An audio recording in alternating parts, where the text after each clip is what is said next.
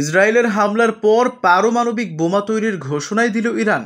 এক নতুন সংঘাতের সূচনা হয়েছে মধ্যপ্রাচ্য জুড়ে। ইসরায়েলের ভয়াবহ হামলায় ইরানের জ্যেষ্ঠ সামরিক কর্মকর্তাদের মৃত্যু আগুনে ঘি ঢেলেছে। প্রতিশোধের আগুনে পুষছে ইরান। তেহরান স্পষ্ট জানিয়ে দিয়েছে, এই গল্পের শেষ ইরানই লিখবে।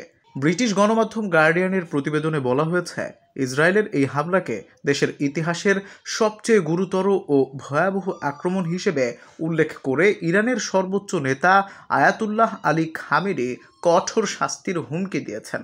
তিনি দাবি করেছেন, আবাসিক এলাকা লক্ষ্য করে এই হামলা চালানো হয়েছে।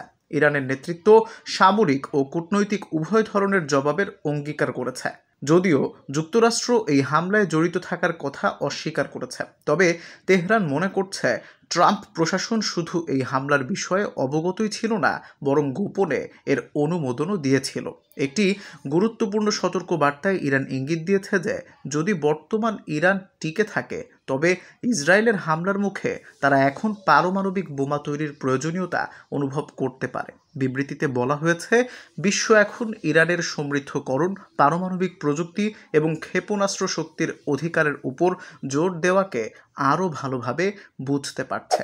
দেশ জুড়ে বিশৃঙ্খলার আশঙ্কায় ইরান তার নাগরিকদের শুধুমাত্র সরকারি চ্যানেলগুলো অনুসরণ করতে এবং গুজব উপেক্ষা করতে অনুরোধ জানিয়েছে।